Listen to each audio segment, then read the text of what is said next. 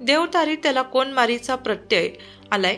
असे म्हटले जाते की अंगी देह वेडे साहस असावे, मात्र वेडे ध्येय साहस नसावे। असाच अंगावर शहारे आणणारा जीवघेणा प्रसंग घडला। जीवावर आले ते पोटावर निभावले, देवतारी त्याला कोण मारी असे आपण नेहमीच वाचतो आणि त्यातून धडे घेत असतो, शिकत असतो। अशीच एक दुर्घटना सुरगाणा तालुक्यातील मांधा येथील चिखरपाडा या ठिकाणी घडली।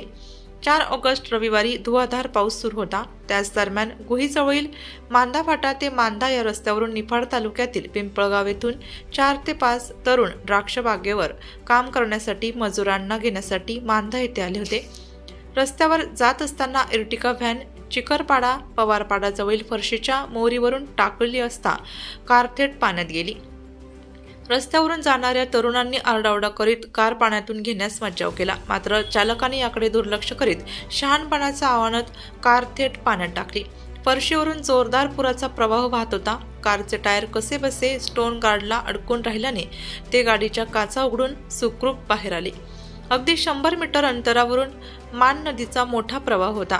कार बंद झाल्याने मांधा येथील तरुण राजेश लहरे यांनी ट्रॅक्टरच्या साह्याने कार पाण्यातून बाहेर काढून दिली। बंद पडल्याने पिकअपला टोचन करून कार जागेवरून ओढत नेत पळ काढला। तरुणांनी नाव गाव विचारले असता काही न सांगता ते निघून गेले। यावेळी तरुण भास्कर गायकवाड, भरत पवार, चेतन जाधव, रतन जाधव यांनी अनोळखी व्यक्तींना मदत केल्याने माणुसकीचे दर्शन घडले। अनोळखी परिसर रस्त्यावरून प्रवास करताना ओळखीच्या माणसांची मदत घेणे केव्हाही उचित ठरते।